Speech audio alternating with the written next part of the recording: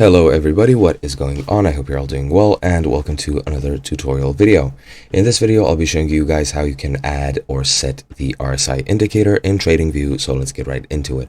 TradingView is a very useful tool which you can use to keep track of any stocks or any options which you are interested in trading. You can also make trades if you are connected to a broker through your account, and you can also view the charts for certain stocks, options, forex, crypto, whatever you would like. As you can see, I'm currently viewing the Ethereum through the US dollar on my chart, which is on my screen right now. I am logged into a free account, and what I can do to modify this chart is to add an indicator which will show me pretty much info which I could deduce myself, but I can use an indicator to help me with it and just show me information which might be useful for trading.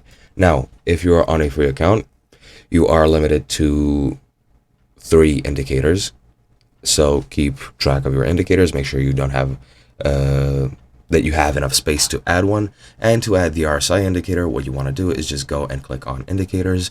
Once you're here, this button or this menu will show up. Just click on technicals, and then you can manually just search for it under R. As you can see, the RSI indicator is the relative strength index, and you can just add it by clicking it here, or you can just type RSI here. And as you can see, it shows me several indicators here and community scripts. Let's say I just want the relative strength index. Just click on that, and once you click on it, it will add it no problem to your chart. And that's pretty much it. I hope you guys enjoyed, and I will be seeing you guys in another video.